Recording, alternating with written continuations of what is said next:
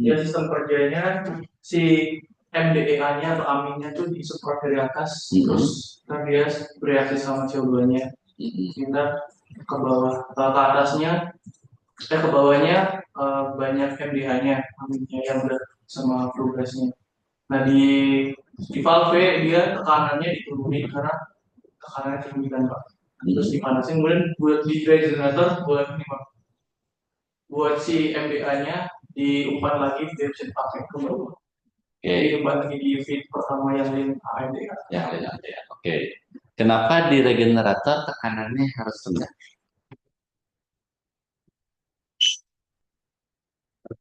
Harus rendah. Kenapa diturunkan? Ini turunkan kan? Tadi valve untuk menurunkan tekanan. Kenapa harus diturunkan? Masalahnya, kalau tekanan tinggi emang nggak boleh. Kan ini absorber tekanannya berapa biasanya? Di sini berapa? Di sini tekanannya 5 bar 5 bar ya. 5, ini 5 bar ya. Kenapa di sini tekanannya tinggi? Kenapa di sini tekanan rendah? Atau kenapa nggak sama-sama tekanan tinggi, tekanan tinggi? Mungkin ini Pak, sistem kerjanya gitu ya. Kalau yang Gimana? di absorber dia kan tinggi tinggi. Kenapa harus tinggi? Kenapa absorber harus tinggi? Karena buat menangkap jodohnya. Pertanyaannya, kalau misalkan gini, kalian CO2 absorber yang ada di Klapsen, itu tekanan atmosferis. Apakah tidak bisa menangkap CO2 kalau tekanan atmosferis? Bisa. Tapi harus tinggi tekanannya. Kan buang-buang energi. Daripada kita tekanan tinggi, yang lebih tekanan rendah. Kenapa? Di sini di 6D tekanannya sama, 5 bar. Ya, kita lihat ini, gampang ini. Ketika kalian membakar batu bara, membakar minyak, tekanan flue gas itu kira-kira berapa? Kalian naik motor aja, tekanan knalpot berapa bar? Tergantung kenapa buang kenapa tuh Pak? Tergantung gas.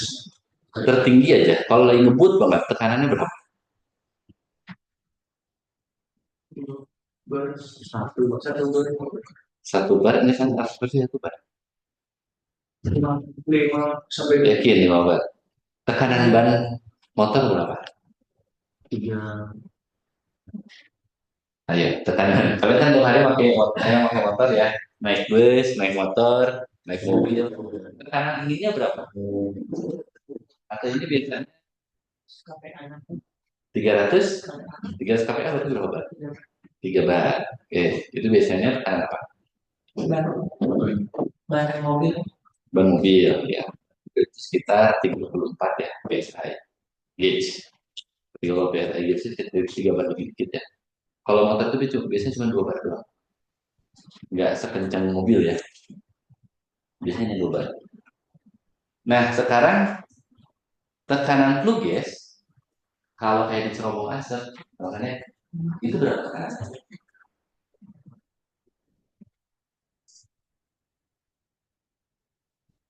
Kalian pernah main kan ke pabrik?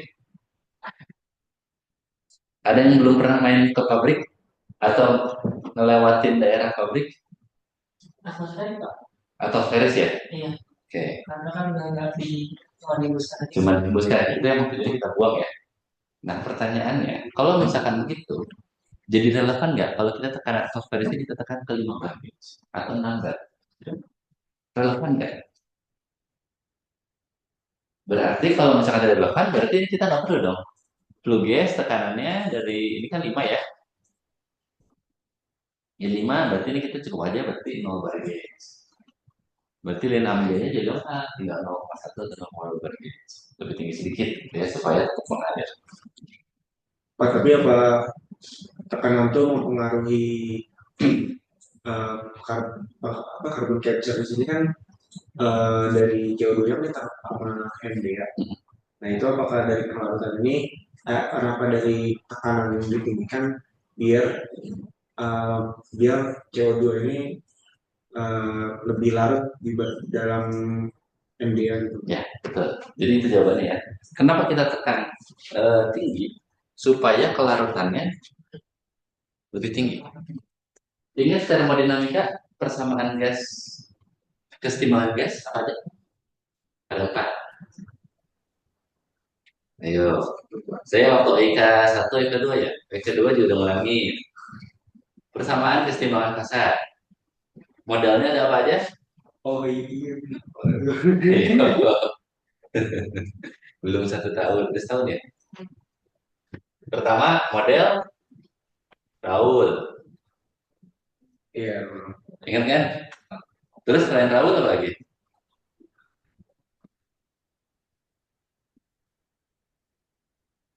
Modified Raul. Dalton juga nggak? Bukan. Apa lagi?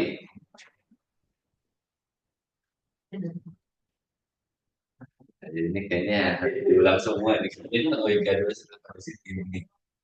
Raul, modified Raul, apa lagi? Henry, betul. Satu lagi?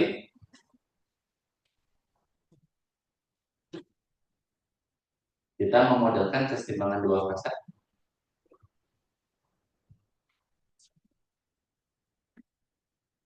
Lagi adalah K Value, Pak. value. Oke ya.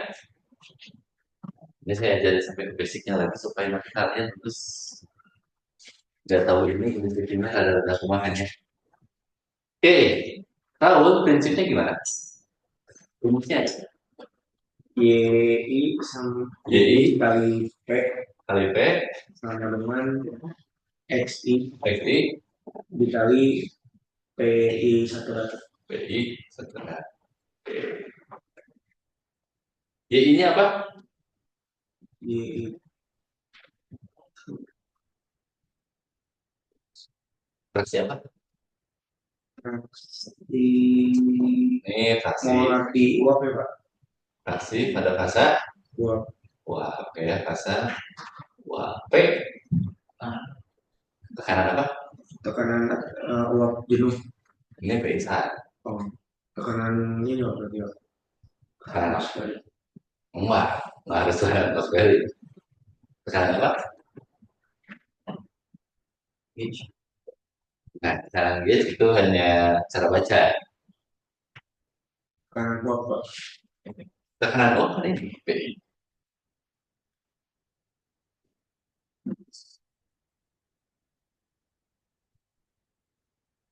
Tekanan sistem.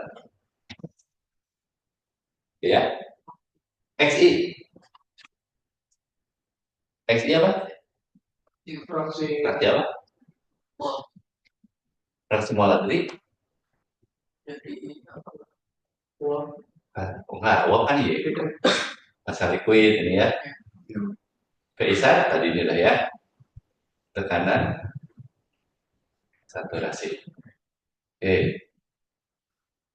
Artinya apa ini? Dari persamaan ini.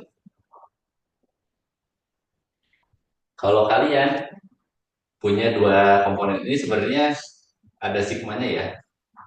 Kalian punya komponen, misalkan ada air, satu lagi apa? Metanol ya, jangan metanol. Kalau metanol, etanol dia punya hasil komik. Air sama metanol. Oke. Ketika kalian merebus air dan metanol, ya, ada yang menguap nggak? Ada yang menguap. Oke. Misalkan di sini 50%, 50%. Oke. Ketika menguap, apakah uapnya konsentrasi sama 50%, 50%? Atau tidak? iya Yakin tidak? Udah pernah coba? Kalau kalian masak mie nih ya, kan ada yang suka menguap tuh kan ya? Maka tutup aja selanjutnya kaca.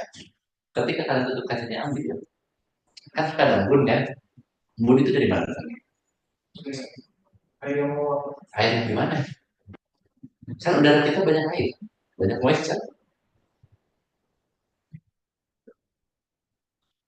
Jadi kita kait dulu, jangan sampai kesini dulu. Kita kait dulu. Ketika kalian masak mie, kan ditutup ya. iya Pak. Nah, ketika kalian angkat, ininya berkeringat kan? Berkeringatnya di dalamnya atau di luar? Nah, oke. Ketika kalian angkat, ini berkeringat, ini kan ada air dari mana? Dari yang dimasak. Yang dimasak ya. Oke. Pertanyaan saya balik. Kalau kalian beli Coca-Cola atau air dingin, kalian minum di sini, tiba-tiba berkeringat, itu dari apa? Dari luar. Yakin dari luar. Dari udara perbedaan suhu Pak. Dari yang Kalau suhu juga tadi sama-sama perbedaan suhu ketika manasin air. Tapi kenapa kalau manasin air yang di dalam, kalau kalian punya air dingin, air di luar botol? Kenapa coba? karena udara kan ada hidrogen dengan batas netral. Nggak mungkin sampai detergen cair. Detergen cair itu sampai minus 75 derajat Celcius. Air dingin kan ya nyampe. Perbedaan di tekanan sistemnya Pak. Kan tekanan atmosferis. Kalian kan ketika bawa botol Coca-Cola, yang berkeringat kan di luar botol kan? Itu keringatnya dari mana? Apakah botol ini mengekstraksi air dari dalam terus keluar atau bocor? Itu gimana? Kenapa bisa jadi seperti itu?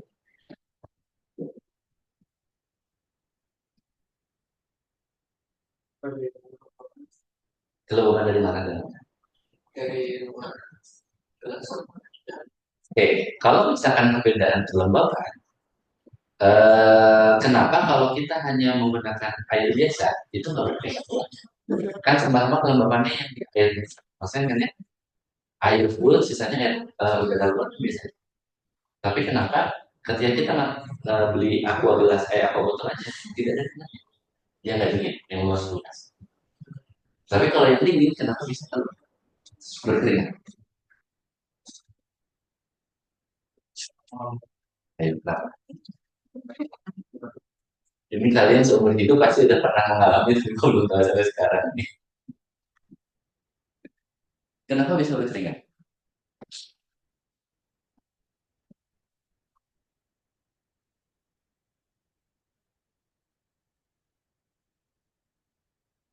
Ada yang bisa jawab?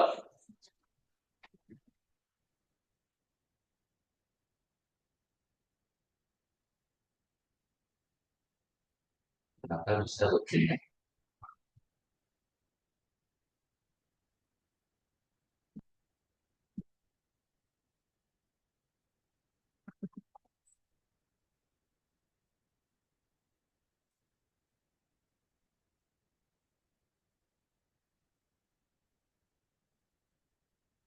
Tahu? Oh, berarti itu kalau Kondensasi. Kenapa? iya kalau kondisi panas atau dingin juga proses kondensasi juga. Panas bisa kondensasi, dingin ya bisa kondensasi. Kondensasi apanya? Apa yang terkondensasi? Kan airnya dingin dalam. Apakah ketika di si Coca-Colanya dingin, airnya dia terpisah, air merembes lewat tutup botol terus keluar kondensasi? Atau gimana? Ini kan misalkan botol nih ya. Ini botol Coca-Cola. Kan Coca-Cola yang besar gitu ya. Nah, ketika misalkan di sini dingin, biasanya kalau dingin suhu berapa? Di kulkas? 01. Enggak, kulkas gak sampai 0. Kulkas berapa? 50. Biasanya di antara 5 sampai 12 derajat Celcius ya. Kalau freezer baru 0 atau minus malah ya. Tapi kalau di kulkasnya kan kalian masukin air dingin ya sampai beku kan ya. Misalkan sampai 12 derajat Celcius. Ketika kalian ini kan jadi berkeringat kan basah. Dan biasanya di situ sampai menggenang. Ya kan? Di meja kalian. Kenapa itu bisa terjadi? Apakah dia jadi keluar merembes Atau seperti Pak tadi tadi keluar dari sini terus basah sini. Karena itu Pak, di lingkungan ada udara kan Pak, ada nitrogen, oksigen dan sebagainya. Nah itu perbedaan temperatur sehingga terjadi kondensasi. Jadi si udaranya yang beda suhu tuh nempel gitu Pak di botol yang suhunya lebih dingin. Makanya dia berembun gitu Pak. Berarti berembun di sini ya. Berarti kalau udara, berarti di sini isinya adalah badan N2. Udara N2 kan? Iya. Titik didih bukan leleh ya. Titik didih N2 berapa? Coba cari titik N2 berapa?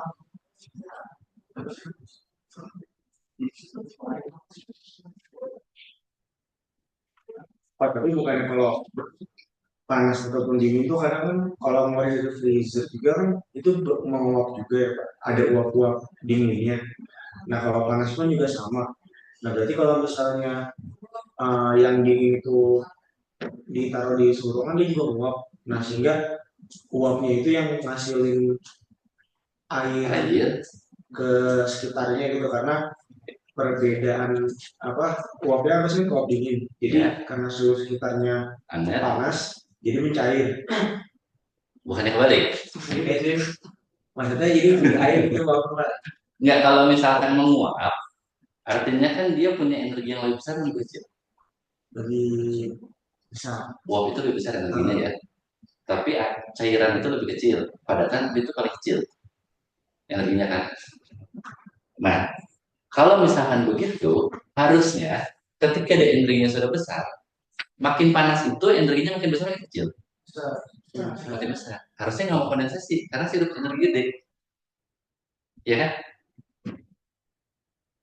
Tapi uang bisa nampung banyak air gitu Pak. Uap apa dulu? Kalau uap air ya 100% air. Iya kan? Definisi uap air itu apa? Air yang menguap, betul kan? Iya. Nah sekarang pertanyaannya, tadi aja, tadi N2 berapa? Titik gede N2? Minus 195 derajat Celcius. O2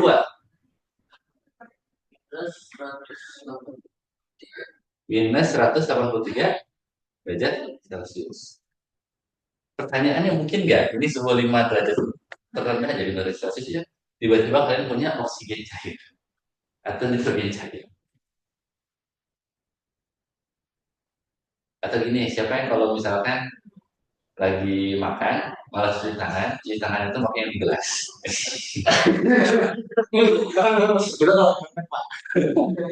Pertanyaannya yang kalian itu cuci tangannya dengan oksigen nitrogen atau dengan air? Air. Kenapa kalian percaya itu air? Bisa diminum kan? Ya buktinya kalian kan bisa cuci tangan ya. Iya. Itu udah air gitu. Pertanyaannya airnya dari mana kok tiba-tiba ada air? Ini pertanyaan basic sebelum kita masuk ke situ. Karena prinsipnya nanti mirip. Tapi kan isi uap tuh kan air ya Pak. Apa? Uap itu gak selalu air. Kalau uap air ya air. Uap etanol ya etanol. Kita jangan salah sama definisi ya. Di Indonesia, kita kadang mencampurkan antara cair dengan air. Sama nggak? Beda ya. Air pasti cair nggak? Pasti cair. Tapi yang cair pasti air. Belum tentu. Oke ya. Kemudian uap itu apa? Gas. Enggak, beda. Uap sama gas beda. Kalau pasti gas Pak. Enggak. Uap dan gas ini tuh sesuatu yang berbeda. Hati-hati loh. Uap sama gas itu sesuatu yang berbeda. Ada nggak kita membahasakan gas nitrogen atau uap nitrogen? Pernah nggak istilah uap nitrogen? Atau gas air? Kenapa kita nyebutnya uap air bukan gas air? Yang jadi masalah kalau uap, kita dalam bahasa sehari-hari kita pasti mereferensinya ke sini gitu kan ya. Sama kayak cair kadang, itu mah cair itu adalah air, padahal belum tentu kan ya. Bahasa ini pun juga sama, uap itu kadang kita dekatnya air. Pertanyaannya, apakah semua uap itu air? Kalian manasin metanol, jadi uap. uap etanol atau HCl, kadang-kadang sih uapnya uap etanol HCl. HCl itu adalah uap. Oke ya. Nah pertanyaannya, ini dari mana? Kita kembali lagi ke sini. Air itu datang dari mana? Apakah ini sihir? Kenapa tiba-tiba ada air?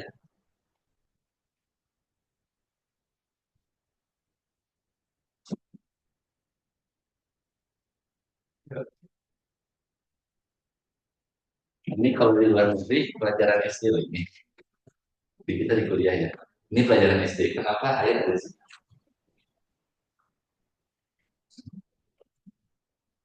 Jadi dari mana airnya? Ada yang tahu?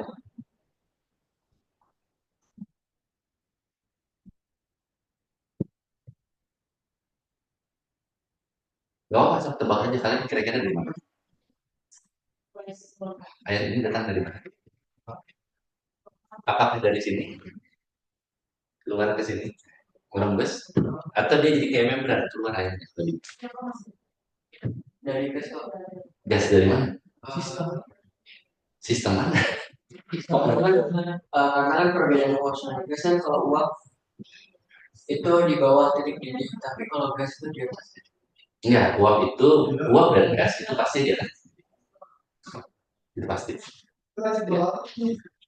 Jadi uap dan gas definisinya nanti. Jadi gini, perbedaan uap dan gas, kalian pernah belajar diagram massa kan ya? Ini ada T, ini ada P. Ya. Kalau air gimana maksudnya? Gini kan ya kira-kira kayak huruf Y kan? Di sini apa? Uap. Di sini cair. Di sini padat, solid ya. Di mana fase gas? Ini kita sebut apa? Triple point. Di sini titik kritis. Di sini dew point benar. Sepanjang ini dew point. Sepanjang ini ya. Ini bisa jadi dew point.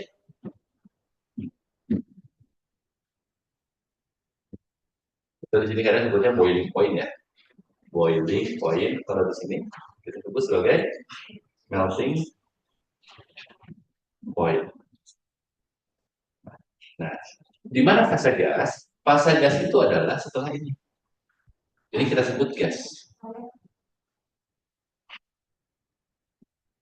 Jadi dia sudah lewat uap, kita sebut gas. Definisinya seperti apa? Jadi kalau kita perhatikan yang ini, misalkan di sini tekanannya 100 bar, misalkan ya. Ketika tekanannya kita turunkan, posisinya di sini ya. Ketika kita tekanannya kita turunkan, ini berubah menjadi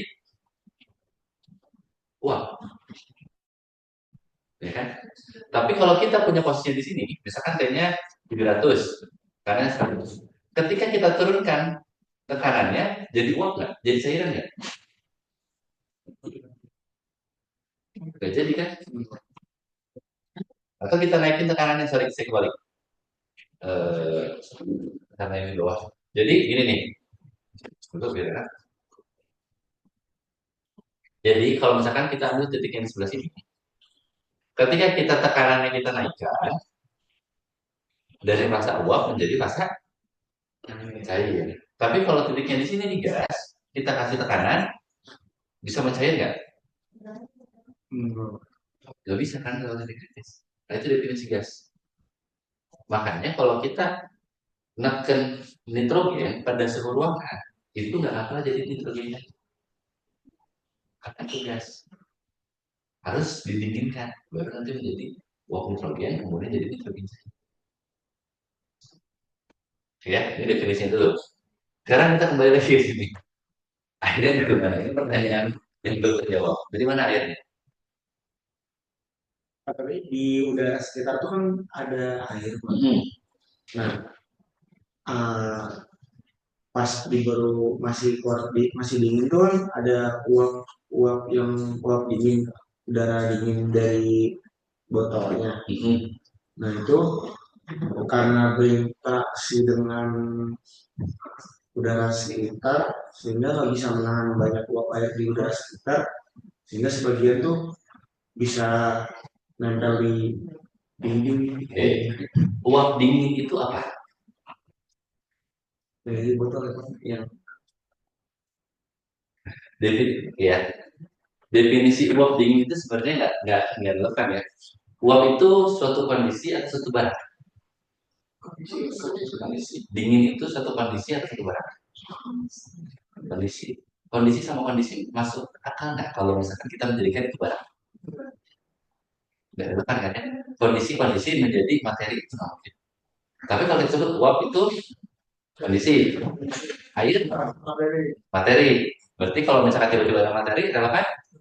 Relevan. Karena memang materinya pada kondisi tertentu. Nah, jadi uap dingin ini apa dulu? uap air yang dalam botol. Oke, berarti ada dalam botol ini merembes keluar.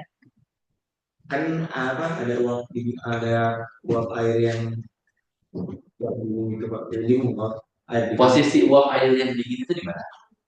Di dalam botol kan? Di luar botol kan?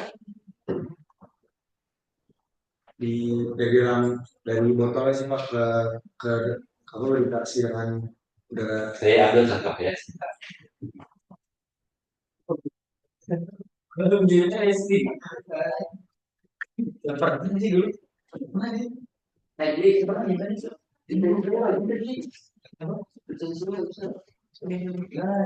Gue lebih paham. Lo tau eksis. Lo itu kelasnya. Tapi kalau kamu eksisnya lo tanya. Maksudnya Gak ada eksisnya. loh, Gak mungkin gak ada. Pasti. yang itu apa? Yang tadi. Yang ini ada versi Oh, versinya dia. Ini. Tunggu. Ini coding. Yang ISO. Server. Yang ini kan suatu ekstra. Kita juga kalau ini soalnya udah keluar. Itu saya habis. Udah persen atau itu berapa? Tunggu sih. Esensinya pada mana yang harus di sini? Ya, ini saya dulunya baru keluar dari kulkas. ya Tolong ditisuin sampai kering. Tuh, siapa yang mau tisuin? Sampai sampai kering ya? disuruh Pak. Tisuin. Sampai kering.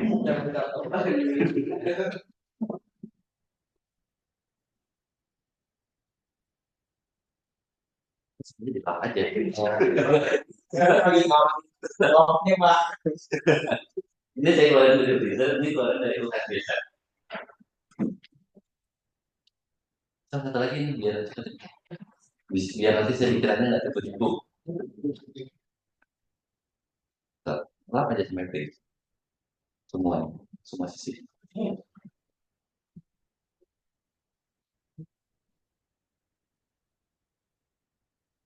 Ini ada esnya. Itu esnya dari luar ya. Oke, so. Ya, ini sudah kering ya, sepakat kering ya. Kalau nggak kering, salahin Om ya. Nah, sekarang kalau kita diamkan, ini udah kering. Nanti kita tunggu aja jangan 10 menit, sampai tiba-tiba. Apakah kopi yang beku ini espresso mengeluarkan air itu sepindah keluar ke sini? Enggak. Dari mana ya? Jadi udara Udara ini kedua. udara itu isinya apa? Begini lagi. Di bagian nggak ada. Bahaya Pak.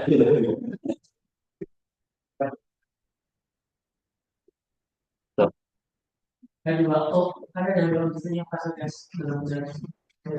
Kalau H2O pasar gas, kan tadi nggak bisa jadi cair kan? Gas ini nggak ketemu sama cair.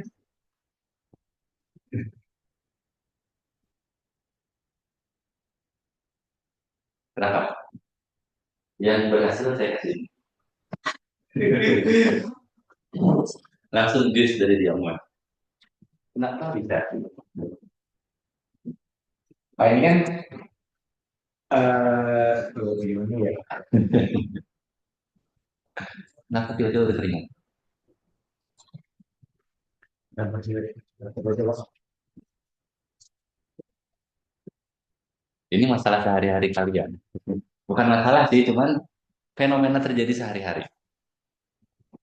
Karena itu kan energi dari ini, teorinya kan dari tinggi ke rendah. Berarti energi yang dari luar sistem Masuk ke sistem. masuk. Iya. Ya kan ya? Nah, kalau itu udah benar. Karena lama-kelamaan ini jadi hangat, ini jadi cair. Bener kan? Iya. Yang menjadi permasalahan kenapa kok tiba-tiba duluannya mas? Apa karena tiba-tiba ketika ada perbedaan energi tiba-tiba terciptalah sebuah materi baru?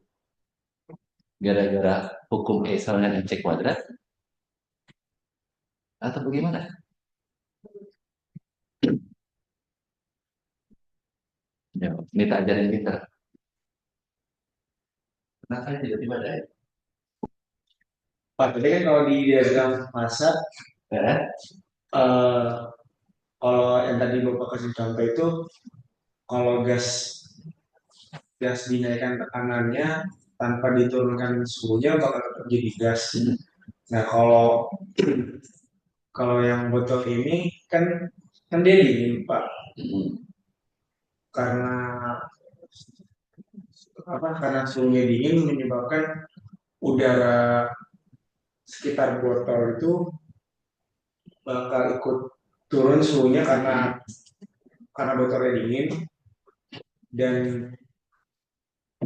eh, karena suhu sekitar juga udah gak sedingin botolnya Pak, jadi nggak bisa jadi beku, jadi masa beku, sehingga jadinya masa cair Pak karena penurunan suhu, sehingga transformasi. Balik lagi, udara itu isinya oksigen sama nitrogen. Titik didihnya aja minus 183. Ini nyampe minus 100 ya? Minus 10 aja enggak? Tapi di udara sekitar kan mengandung air juga. Oke, berarti yang ngembun apa? Yang tiba-tiba ini airnya ini isinya apa? Yang di sini berkeringatnya. Oh, air Oh air. Oh air ini dari dari udara. dari udara. Betul ya. Tadi saya ngikutin Daniel, sebenarnya Daniel terang kuat nih. Betul. Temperatur itu bisa menjadi dari gas, bisa menjadi cairan dengan cara menurunkan temperatur. Ya, ini kan P, ini T. Nah, definisi uap sama gas itu masalahnya di P, bukan masalah di T. Gitu ya. Jadi kalau kita punya gas, kita turunin suhu itu menjadi uap. Turunnya bisa jadi cair juga.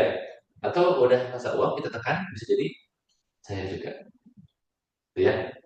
Nah, jadi yang di sini semua adalah air ya. Airnya Udara luar sistem. dari moisture di udara.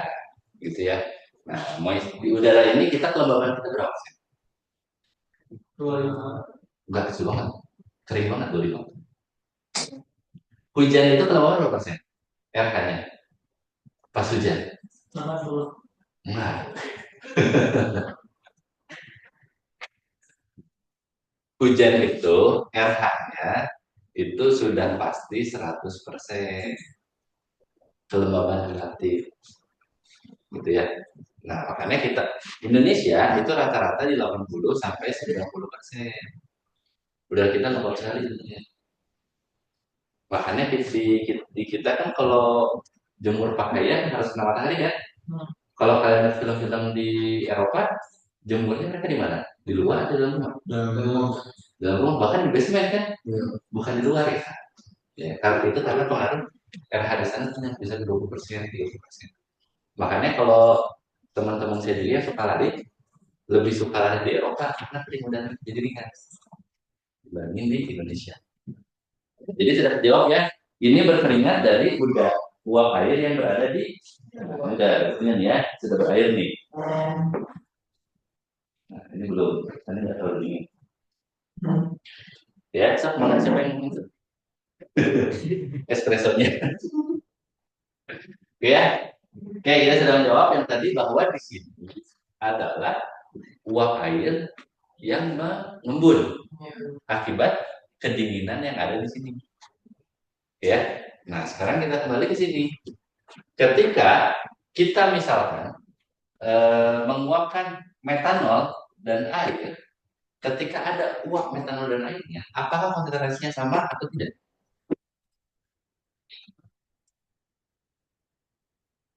Kita punya 50-50. Pas menguap, apakah tetap 50-50? Tidak. Kenapa enggak? Karena itu Pak, berkontak sama udara. Kalau misalkan saya tutup, nggak ada udaranya. Saya mengasihnya di bejana, misalkan ya. Di presto. Nggak ada keluar masuk udara. Apakah uapnya kondisinya 50% atau tidak? Enggak, karena kan dari dirinya itu juga beda sih Pak. Beda. Betul ya? Gampangnya kayak gini tadi. Ini kan di udara ini ada O2, ada N2. Ketika mengembun, apakah ada O2 dan N2 di sini? Nggak ada. Karena apa? Titik didiknya terlalu tinggi. Ya. Nah, si Raul ini memperhatikan ini.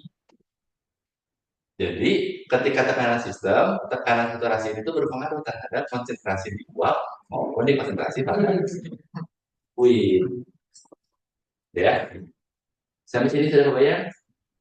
Jadi sudah tahu dari mana air ketika itu basah. Sudah ya? Nah, sekarang kita kembali ke absorber. Ketika kita lihat di sini, Y sama dengan P, XI sama P saturasi. CO2 masuk di flue gas, ya, di flue gas, ini di fasa Y atau di fasa X CO2-nya. Ketika di flue gas, CO2-nya itu di fasa Y atau di fasa X? Fasa Y ya. Ini CO2 di flue gas. Kita sebutnya FG aja ya. Sedangkan harapan kita ketika ingin kita tangkap, CO2-nya berada fasa apa? X. Fasa X. Ini kan CO2 di absorber. Kalau kita lihat rumus ini aja, PI SAT-nya CO2 sama nggak? PI SAT CO2. Itu harus sama ya? Karena ini mendekati konstanta. Ya, tergantung temperaturnya aja. Tapi kita di sini tidak main temperatur, bukan temperaturnya sama. Ini konstanta, Y-nya pun juga mendekati konstanta. Karena kan aja terus menurut kan ya. Walaupun nanti ketika udah sistem, ini Y-nya pasti turun. Karena ada yang pindah ke fase X. Bayang nggak? Bayang ya? Nah, kalau kita lihat persamaan ini, P itu berbanding lurus dengan X. Makanya perlu kita tekan. Tekanannya perlu dinaikkan. Berarti semakin tekanan ditingkatkan, maka fase cairnya juga makin konsentrasi di fase cair. konsentrasi. Itu makanya itu mayoritas absorber.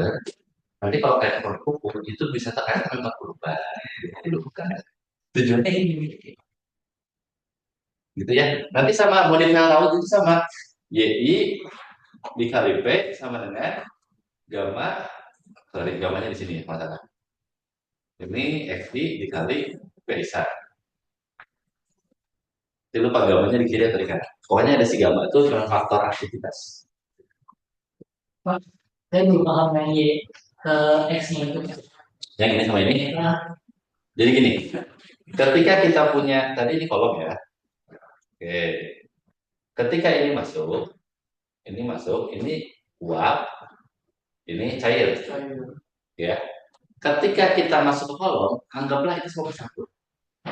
Ketika bercampur, pasti akan membentuk dua fasa, benar nggak? Ada fasa cair, ada fasa uap. Atau gas boleh ya, karena di sini sebutnya gas. Oke.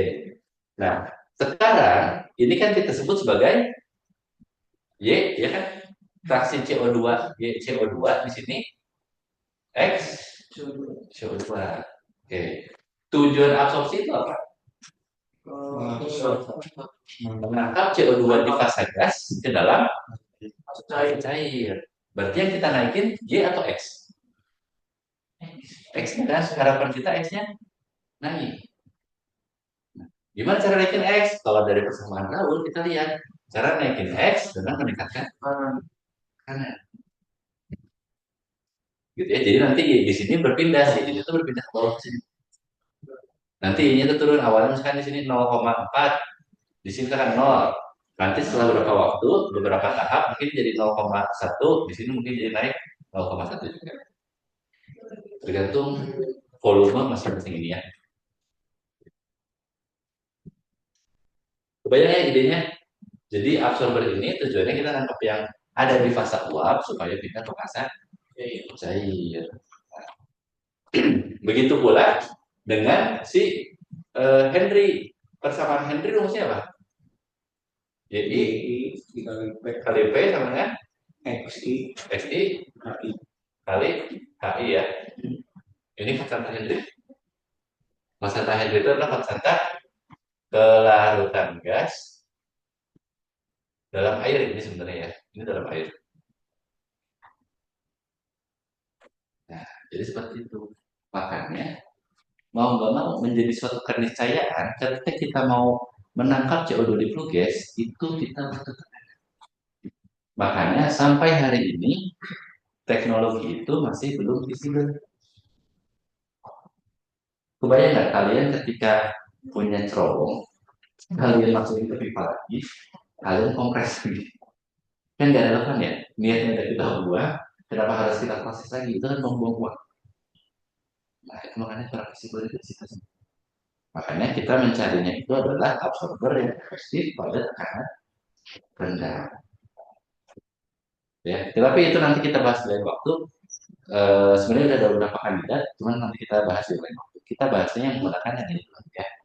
Menggunakan CO2 absorber yang standar di pabrik buku. Karena ini aplikasinya banyak sekali. Oke, ini tekanannya tinggi, di sini tekanannya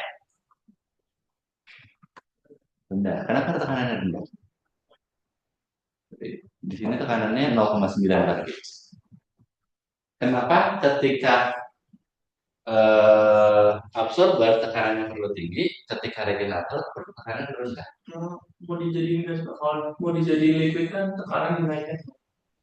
Siapa yang jadi liquid? Yang tadi Kan amdenya kalau liquid. Di amdia, di absorber pun amdenya harus liquid. Di regenerator amdenya pun harus liquid. Kalau gas kabur semua. Iya. Nah itu karena mau buang CO2-nya. Betul, mau buang CO2-nya. Jadi kalau absorber ininya kita ke arah sini, kalau regenerator ini kita balik. Ya, kebayang nggak? Gampang ya kalau kalian sudah membayangkan, Coca-Cola enakan dingin atau enakan panas? Kenapa pasti dingin? Segar. Sodanya banyak ya. Itu ketika dingin. Itu prinsip absorpsi sebenarnya. Makanya dia tekan. Kalian kalau buka itu kan kenceng kan? Ya. Itu sebenarnya ditekan. Pakai CO2. Nah, ketika kalian mulai, makanya ketika dikocok, kan berbuih ya. Kalau udah panas, pas dibuka itu kan tes. Tapi kalau dingin kan kenceng kan, bukan? Nah, itu sebenarnya prinsip absorber itu di Coca-Cola. Ini yang kita manfaatkan juga fenomena ini. Kita manfaatkan untuk menangkap CO2 di sistem kita, entah itu di flue gas atau mau bisa juga di sistem processing. Ya, Pak, di absorber itu kontak current ya? biasanya kontak current. Karena nanti ini si cairan dari atas, kemudian ini dari bawah, gitu ya. Nah, sekarang kita lihat, ketika ini rich amdea, atau jangan ini ya. Ini kita buat karena kan kemarin saya bilang saya minta buat ini supaya kita nanti bisa troubleshooting ya. Kita lihat di sini show table, temperatur kita tambahkan di sini adalah add variable mass flow, mass flow teh master komponen loss flow. Nah, ini dia. Master komponen loss flow dari CO2 ya.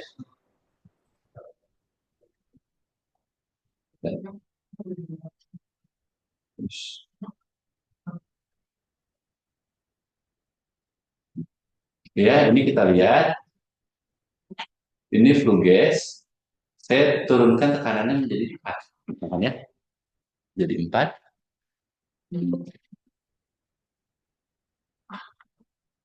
Nah, ini juga jadi 4.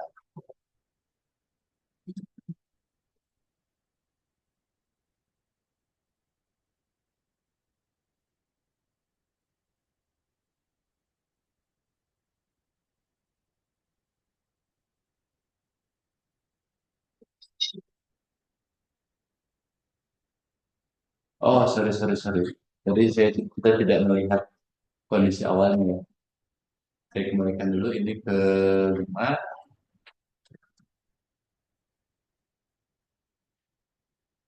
Ini yang Linol Dea, lukis juga ke 5.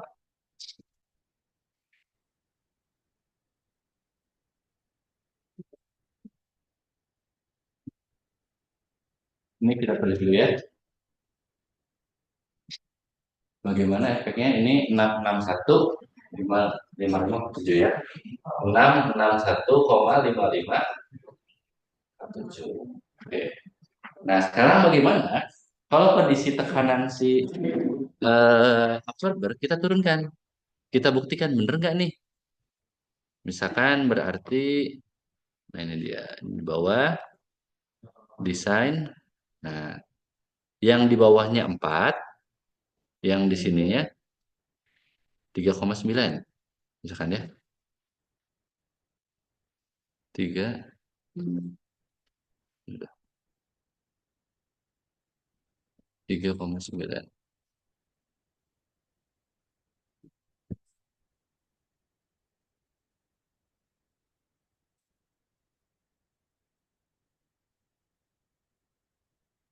Kelihatan kan ya? Ketika tekanannya 5 bar gauge ya, jumlah CO2 yang lolos 661. Tapi ketika 4 bar gauge, berapa jadinya? 758,834. Artinya apa? Karena diturunkan semakin banyak CO2 yang CO2 yang lolos. Berarti teori tadi kita diskusikan benar ya? Ketika tekanan makin tinggi, yang lolosnya semakin sedikit. Nah, makanya nanti berlomba-lomba orang itu melakukan tekanan itu setinggi mungkin pada tekanan pada absorber. Itu ya. Makanya kalau kalian baca-baca, saya baca ini mungkin 3 tahun lagi ya, waktu saya kuliah, waktu 2015, 10 tahun yang lalu. 10 tahun yang lalu saya baca itu, dia sudah bisa mengekstraksi CO2-nya hanya menggunakan air tanpa bahan aktif. Dia menetap karbon dioksida menggunakan air. Cuma tekanannya hari itu berapa? Masih kecil. 100 berarti. Kan kalian tahu CNG? Iya. Compressed natural gas, tekanan berapa? Ya berapa? Dua Ya, standarnya itu 200 bar ya. 200 bar. Makanya kemarin meledak di mana? Di Sukabumi kan? Tahun dulu ya. Itu di tengah jalan meledak si tangki CNG. Oh, yang ada pernah beritanya. Ada beritanya, kalian cari aja. Kalau nggak salah 2 orang meninggal nggak salah. Karena yang meledaknya itu bukan si tangkinya, si ininya aja, untungnya ininya aja. Jadi kalau misalkan ini tangkinya ya, ya tahu kan yang kayak peluru-peluru kayak udah gede, kalau di jalan tol atau di jalan-jalan, kan di sini suka ada pipa kecil ya, cubingnya kan, yang menghubungi antara tabung 1 dan tabung 2. Nah, yang patah itu di sini. Tapi tekanan itu udah 200. Ya, 2 orang meninggal pasti. Gitu ya. Jadi kita sudah membuktikan bahwa eh semakin tinggi tekanan itu semakin bagus buat proses absorpsi kita. Oh, Gitu. Ya, berarti enggak?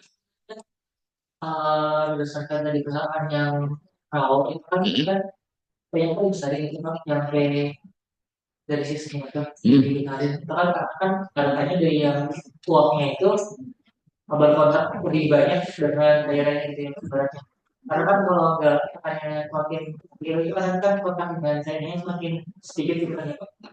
Enggak. Kontak itu bisa diatur walaupun tekanan kecil maupun tekanan tinggi. Itu bisa diatur. Yang kita ingin manfaatkan adalah kelarutannya. Dengan tekanan, kelarutannya semakin tinggi. Kayak kalian ngelarutin gula. Semakin tinggi temperatur, semakin larut. Itu yang kalian manfaatkan. Tapi pertanyaannya kalau misalkan masalah kontak kan bisa diaduk ya. Ketika airnya masih dingin, kita aduk sampai mati pun mungkin larutnya lama banget. Tapi ketika panas, cepat. Nah, yang kita manfaatkan bukan pengadukannya, tapi fenomena ketika tekanan makin tinggi, kelarutan makin tinggi. Itu ya. Nah,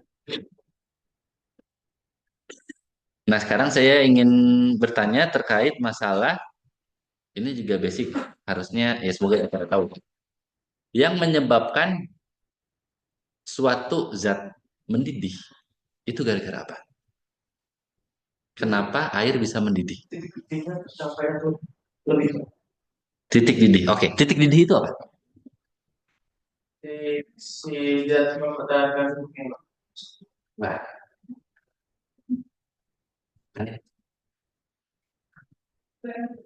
titik didih itu apa?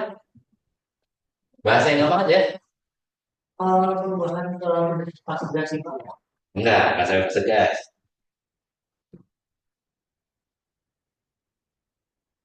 Titik didih adalah titik di mana berubah menjadi kuat.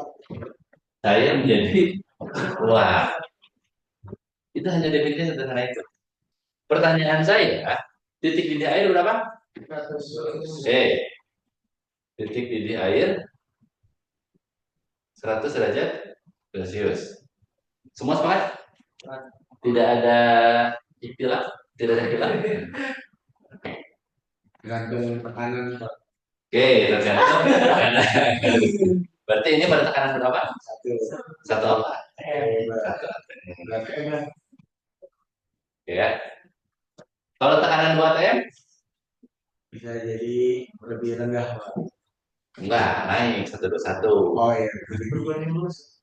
Berbanding lurus. Semakin tinggi ini juga semakin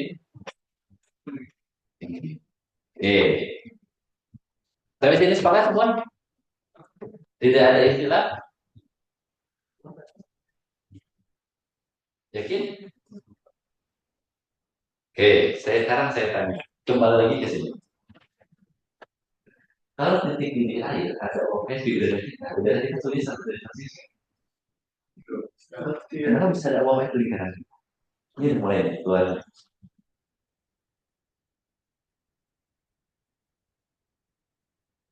Nah, ya. Kalau memang titik didih air adalah 100, dan dari definisi didih apa? Cair menjadi wah. Dan ini tadi kejadiannya pada kondisi ini. Harusnya kalau dengan ilmu ini, udara ini ada uap airnya. Ada. Kan sebelum sampai 100. Kita suhu di sini 100 Celcius kan? Suhu sekarang berapa? 25. 25. Ada uap air? Ada, ini buktinya. Ini ada air, itu basah. Ini ada buktinya. Nah, gimana dong? Berarti pernyataan ini salah. Bisa ini kalau yang botol ini uap dinginnya ini tidak bisa menampung banyak uap air sehingga dicairkan. Enggak, kita tidak bicara masalah di sini ya.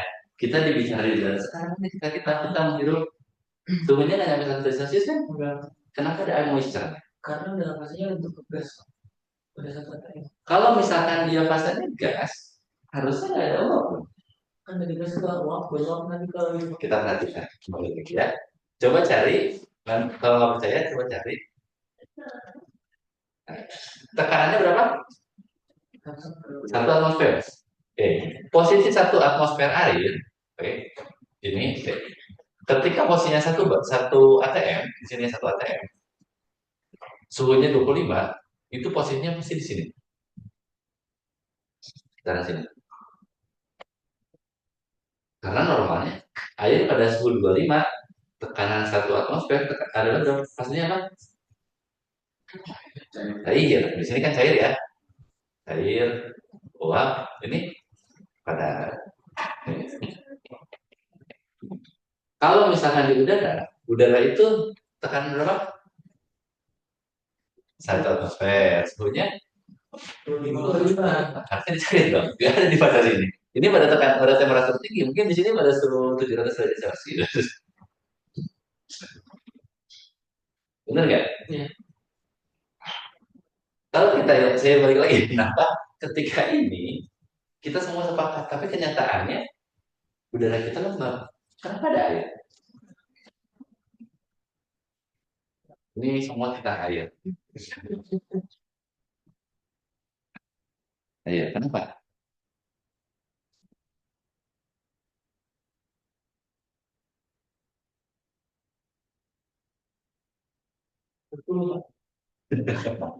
Jatuhnya itu dari air.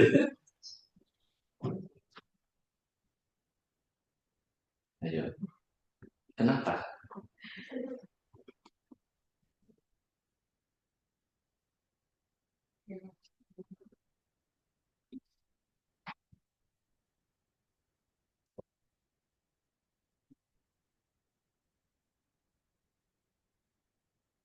Dan gimana? Sok keluarkan semua ilmu kalian. Kenapa kok di sini ada air, ada uap air? Padahal suhu di sini pernah nggak suhu di sini sampai 100 derajat Celcius? Sampai 50 aja udah pada mati gitu ya. Apalagi 100 derajat Celcius. Tapi kok ada air?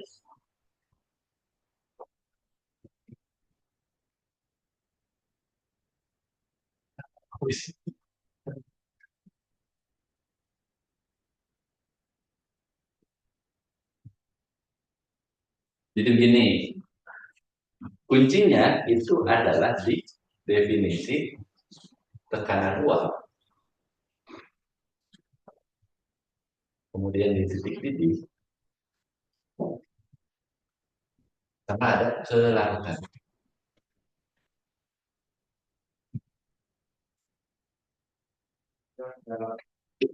Jadi sebenarnya definisi titik-titik itu memang pertama kali kita lebih temuin itu daripada tekanan uap. Tapi secara hakikatnya, secara nyatanya, mungkin nggak ada hari ini ya. Semenjak pertama kali ditemukan definisi tekanan uap, semua itu definisi penelitian itu akibat tekanan uap sama dengan tekanan atmosferis. Bayang? Oke, definisi tekanan uap apa? Sifat bawaan dari suatu zatnya, Pak. Zatnya apa ini? Ya, dari satu zat ke air. Jadi tekanan merupakan sifat bawaan dari suatu air tersebut. Bawaan gimana maksudnya? Bawaan yang seperti apa maksudnya? Cair.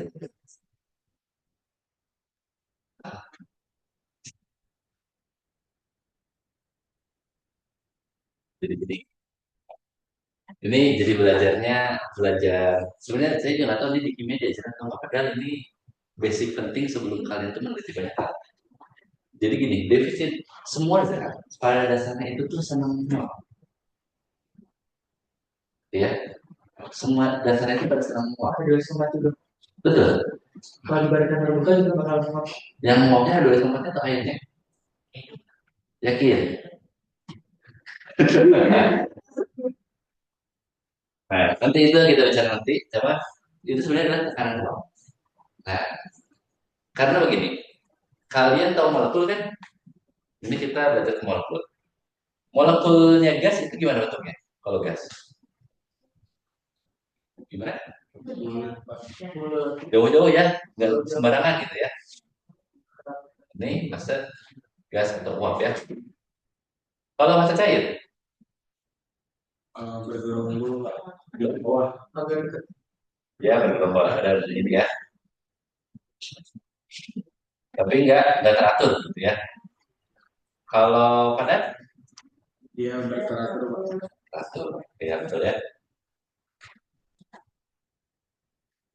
Jadi seperti ini. Makanya itu salah satunya pakat gitu ya. Nah, pertanyaannya, yang menyebabkan dia berikatan dengan yang lain menjadi teratur, sedikit teratur dan tidak teratur ini apa?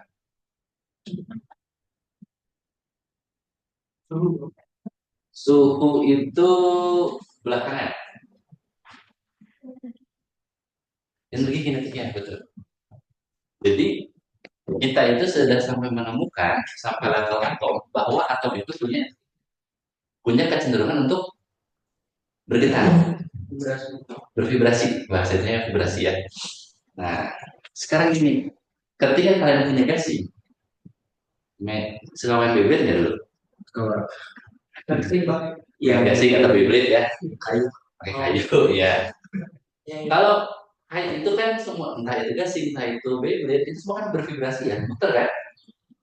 Pertanyaannya, relevan nggak kalau misalkan dia muter semua, tapi rapi gitu?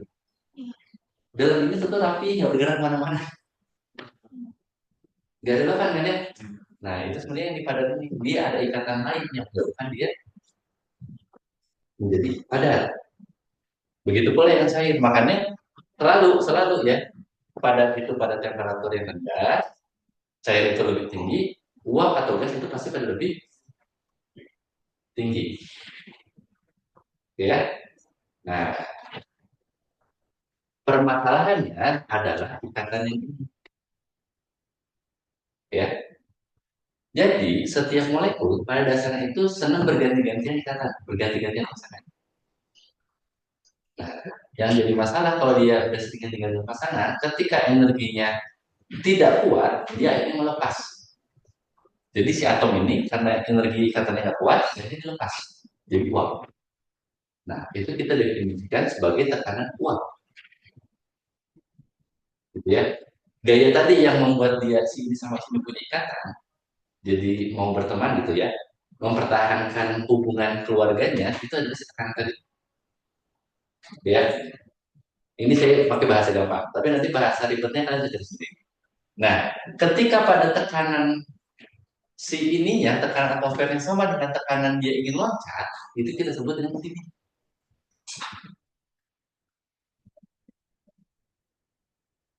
Bayang begini. Makanya sekarang gini, kita balik lagi. Kita sebutnya ini sebagai energi kinetik ya, atau putaran si bebek. Semakin tinggi temperatur, energi kinetiknya semakin gede, semakin kecil.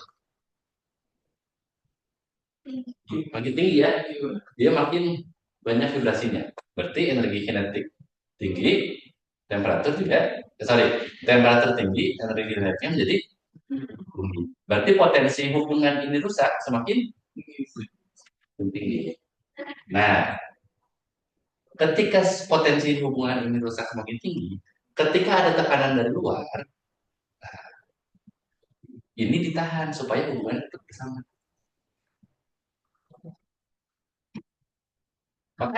Makanya ketika 100 derajat Celcius ini 1 atm.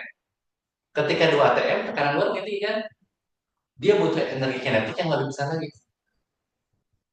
Kebayang ya? Nanti makanya kalau di luar angkasa, di vakum, kondisi vakum, air itu mendidihnya mungkin pada suhu 50 derajat Celcius.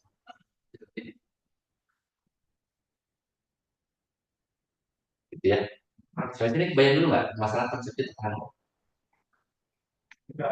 Ya, jadi ini esensi zatnya itu punya kecenderungan untuk loncat-loncat. Yang menyebabkan dia pada posisi cair atau padat itu sebenarnya masalah tekanan. Baru sih temperatur. Ya. Kemudian titik didih tadi ya, titik didih itu yang kita definisikan ketika cair berubah menjadi uap. Artinya tekanan lingkungan, tekanan kali ini sudah tidak mampu mempertahankan hubungan mereka. Makanya terjadilah loncat-loncat menjadi uap. Gitu ya. Nah, kemudian ada lagi kelarutan. Nah, kelarutan ini yang bisa menggambarkan kenapa di udara kita itu ada airnya. Jadi, ini fenomena ya, kita sebutnya fenomena. Ada yang sebutnya disebut teori. Tapi ini fenomena. Ketika kalian misalkan numpahin air atau ngepel, kan jadi kering. Lama-lama kering. Itu pada mana? Ada yang ngejilatin nggak? Benar apa? Atau nyerap? Berapa? Menguap. Kalau nyerap enggak? Mungkin ada sebagian tanah yang nyerap, tapi mayoritas kita di sini kan nggak nyerap ya. Jadi sebenarnya menguap. Kenapa dia bisa menguap? Karena kelarutan air di dalam udara masih kecil. Dia mau. Dalam udara. Makanya yang tadi saya bilang, kalau di luar negeri, karena kelarutannya RH-nya rendah, 20%, 40%, kita jemur pakaian di basement pun kering. Karena jumlah air di udara sedikit. Makanya dia ngambil air dari baju. Kalau di kita, kan tadi 80%, 20% ya, udah kadung mendekati jenuh, kalau kita diamin malah jadi bau apa? Karena airnya nggak mau pindah. Nah, jadi konsepsi perubahan dari cair ke uap itu tidak selalu berdasarkan ketinggian. Tapi ada fenomena yang kita sebut kelainan. Ya. Nah, nanti ini kalian pelajari lebih banyak di Kawapakkusuma, nanti di transport massa, mass transport.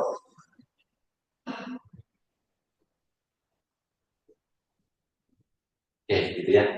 Atau gambarnya kayak gini, kalian kalau misalkan nyelup teh, kalian perhatiin nyelup teh, misalkan ini ya, misalkan tea bagnya sebelah sini, nggak kalian kocok sama sekali. Kalau kalian perhatiin, di sini awalnya jadi coklat, lama-kelamaan segini, lama-lamaan segini, dan akhirnya semua jadi coklat. Pernah perhatiin nggak? Baru ketika kalian aduk mulai coklat. Nah itu prinsip dari larutan, perbedaan larutan. Karena awalnya ketika di sini, ini kan air bening, nggak ada kelarutan dari teh, ya kan? Karena kelarutan teh, konsentrasi teh di sini besar, di sini nggak ada, akhirnya dia pindah ke sini. Nanti dia membuat lagi, yang di sini udah jenuh nih. Nah di sini masih kosong, dia pindah ke sini, dia pindah ke sini, sampai akhirnya semuanya punya kelarutan umum. Sampai ini tetap. Nah, itu juga yang kita manfaatkan di Ambea.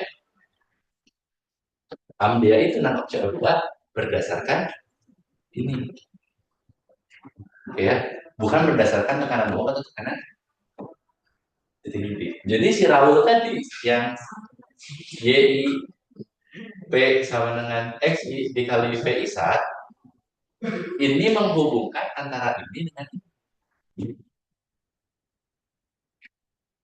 Nah, titik didih CO2 berapa? Coba cari titik didih CO2.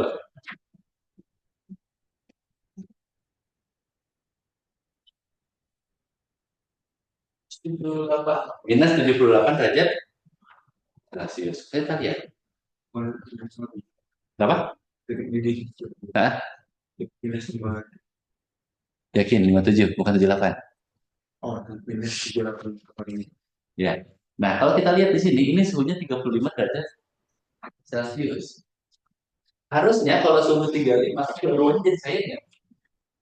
Masuk ke fase larutan nggak? Kalau kita bicara begini. Enggak kan ya? Karena suhunya 35 panas banget kan? Bagi CO2 itu panas banget. Nah, yang kita manfaatkan adalah fenomena larutan. Sampai sini paham? Bayang? Ya, ini saya ajarin pinter biar nanti ketika kalian bertemu dengan banyak masalah, kalian tahu akar masalahnya di mana. Kadang orang suka salah pikir. Oh, kalau disilasi. Nah, disilasi itu pemisahan berdasarkan apa? Jadi ini. Wah, bukan. Ada. Tekanan uap. Tekanan uap kita presentasinya yang udah dibaca dengan bayang nggak? Sekarang gini, kalau kalian mengukur IQ satu orang gimana? Yakin dari perilakunya IQ? Berpikirnya Dari mana kalian melihat, oh itu mah pintar, si ini mah tidak pintar? Kalian ukurnya gimana?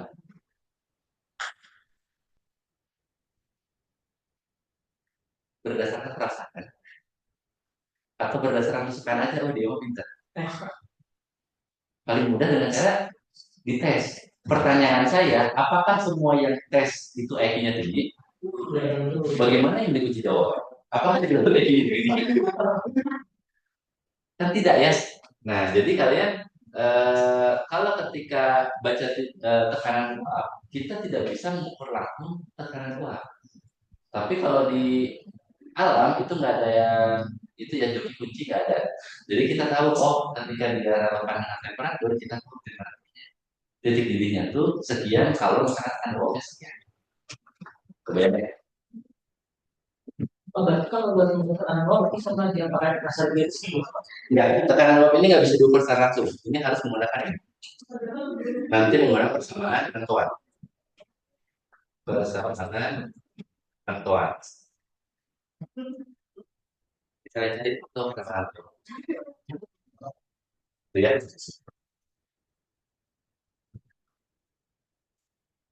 Jadi jangan sampai nanti kita tersesat pemikiran. Oh, karena kita ingin mencairkan CO2 atau olah CO2, ya udah kita dinginkan semuanya. Bisa nggak? Kita dinginkan dulu ya sampai minus berapa? 78 tadi ya. 78 nanti jadi cair. Terus kemudian kita ambil cairannya, sisanya kita buang. Bisa nggak gitu? Bisa. Cuman harganya mahal sekali. Makanya kalau mau kan didahulukan kayak namanya di tekanan dulu pasti. Nah, sebenarnya dulunya ini berhubungan dengan apa? Pelatih tadi ini. Kan ini kalau ini dengan persamaan Raul. Ini dengan persamaan Antoin. Ya, hubungan ini jadi ada satu hubungan. Jadi kalau kita, oh saya nggak bisa menggunakan metode ini, kita bisa menggunakan gitu ya.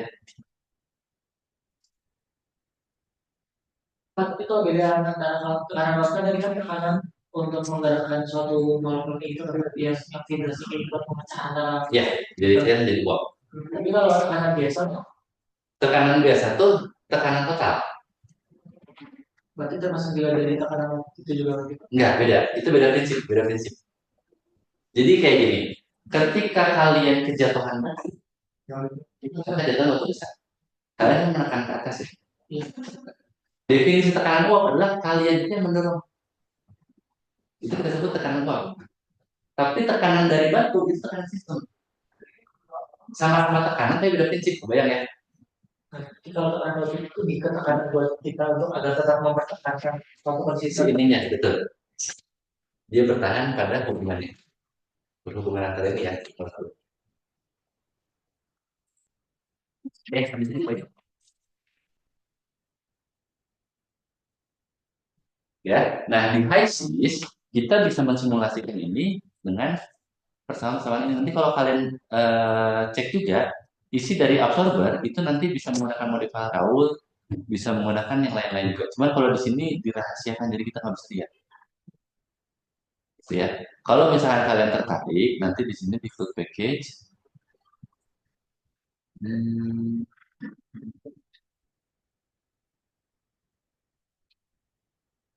gitu.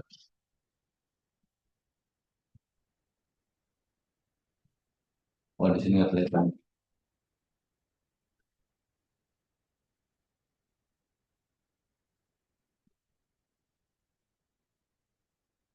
Oh, iya, ini nggak kelihatan. Nanti yang kelihatan itu bukan di sini. Di properti package yang lain nanti akan kelihatan.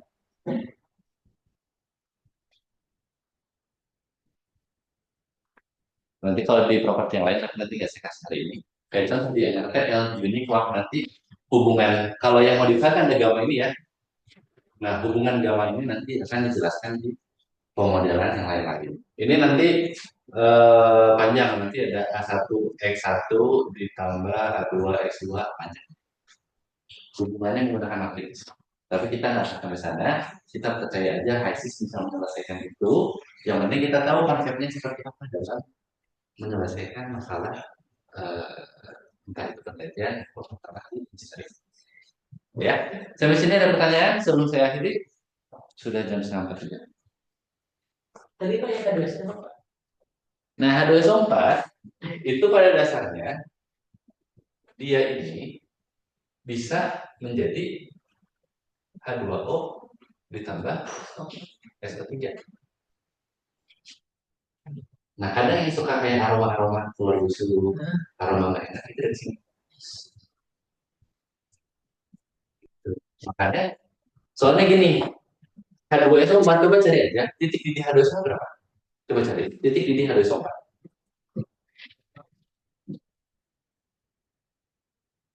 Pak. Berapa? 10 dari cetak Titik didih, titik. Mana? 337.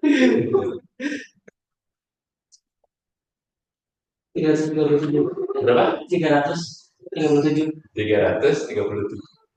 Oke, kalau kita diamkan H2SO4, lama-kelamaan kita sebut H2SO4 itu sudah rusak. Ketika seperti apa? Apakah semakin asam atau semakin tidak asam? Semakin tidak asam. Kalau semakin tidak asam, artinya apa? H2SO4 itu turun kan? Nah, padahal titik didih H2SO4 300. Kan gak relevan ya? Airnya ada yang 100 tidak menguap, masih ada 300 menguap. Makanya para ilmuwan mencari jalur lain. Kayaknya bukan itu. Makanya dioprek-oprek ternyata ketemu H2SO4 ini menjadi ini. Dan ternyata yang menguap itu adalah yang ini. Bukan H2SO4. Makanya jadi benar kan H2SO4 di sini makin turun. Itu yang kita sebut H2SO4 terbatas. Bayangnya kayak asam tuka aja. Asam tuka yang ada luar situ. Yang makin asam atau makin asam? Yakin? Udah pernah coba ini? Oh, berarti kalau kayak gitu nanti setelah dari SO3 pas nanti bakal H2O-nya yang menyusul gitu ya. Kenapa? Kan SO3 nya kan memasukkan itu kan H2O-nya berarti kan Bertambah. Di botolnya bertambah. Karena H2SO4 itu punya H2O sama SO3 dalam botol ya. Iya. Tapi yang menguap hanya SO3. Berarti kan H2O-nya bertambah. jumlahnya. Bertambah. Gitu kan? Makanya jadi makin encer. Oh, gitu. Karena kalau itu kan sebentar lagi ibaratnya kayak kenal itu kayak bomba kayak gitu. Kalau pas tapi ya udah nyebar lagi jadi kayak yang cair itu berarti Jadi nanti lebih encer. Iya. Oke, ada pertanyaan lagi? Oke, kalau tidak ada, besok hari Kamis ya. Nanti saya kabarin entah itu siang atau pagi saya ada kelas. Kita belajarnya Flash PDA. Ya, jadi jangan lupa install Flash PDA. Ya. Ini kan udah sampai selesai kan ya?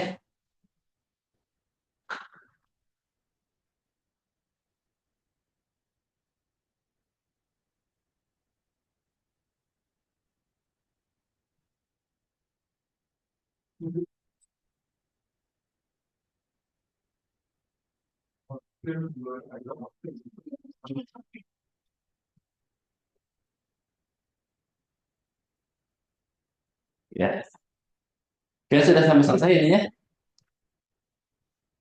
Ya, nanti kalau misalkan belum, nanti kan kalian pekan depan belajar sama Pak Kusuma dulu terkait transport. Besok saya ajar dulu Flash PDA-nya. Jadi nanti ketika kalian ngerjain transport fenomena, minimal tahu basic di Flash PDA, bisa menggunakan kalkulator itu. Karena nanti transport fenomena itu, kalian akan ketemu dengan yang seperti ini. Segitiga terbalik. Ada yang tahu apa ini definisinya? segitiga terbalik ya definisinya. Do, misalkan kita dapat ya, do V per do X ditambah do V per do Y ditambah do V per do Z. Ketemu itu. Ini akan sampai berarti ada juga kalau persamaan lengkapnya itu do V per do T sama dengan nabla atau del dari nanti ketemu yang begitu. Kalau kalian integralin satu-satu, repot kan ya. Nah nanti biasanya menggunakan yang metode analitik, kita menggunakan pasti J yang ya. Cepat. Jadi kalian yang masukin kodenya, rumus persamaan setelah kalian tentukan didapatnya seperti apa, nanti yang menghitung menggunakan teks PDA. Atau menggunakan Excel juga bisa menggunakan solver. Cuman saya ajarnya flash PDA aja yang lebih sederhana. Itu ya. Nah, Yang di absorb itu kan ada dalam blok strip coba. Nah itu apakah menyesuaikan dari tekanannya gitu? enggak. Soalnya saya operasi kompresi 20 bisa. Memang bisa, semakin tinggi pun juga bisa. Nah itu kemarin di absorpsi kemarin kita sampai apa ya? Absorpsi yang stage nggak sampai ya? Nah itu nanti ada perhitungan lagi. Ada HETP, ada NETP, itu beda lagi. Gitu ya. Nah itu siapa? Kalau nggak salah yang sama Pak Kusuma tuh Kevin sama Ami ya? Nanti kalau nggak salah yang Kevin kalau nggak salah yang sampai ke HETP, NETP. Perhitungan absorber. Ya itu kan. Nah, itu nanti yang perhitungan HETP.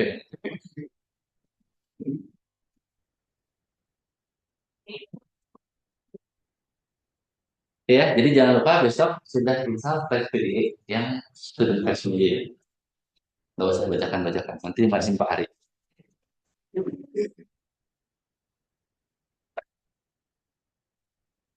Oke, ada pertanyaan lagi? Kalau tidak ada, saya akhiri sekian aja ya, supaya kalian bisa berpikir lebih jernih lagi untuk besok. Jadi tugasnya kalian install, jangan download ya, tapi install sudah terpasang. Nanti saya coba nanti kalau sama Fadli, saya kirimkan yang saya buat. Nanti biar kalian pelajari, kasih aja teman-teman yang ikut ya, biar bisa dipelajari, sama banyak baca-baca terkait yang tadi. Jangan sampai kita hal-hal yang sehari-hari kita temui, kita nggak paham. Gitu ya. Kan bedanya mahasiswa dan siswa itu di situ ya. Ya jangan sampai lah nanti kalian ketika ada yang jadi pejabat, ditanya hal sedikit, jawabnya malah rendah semua atau apa. Ini saya ya.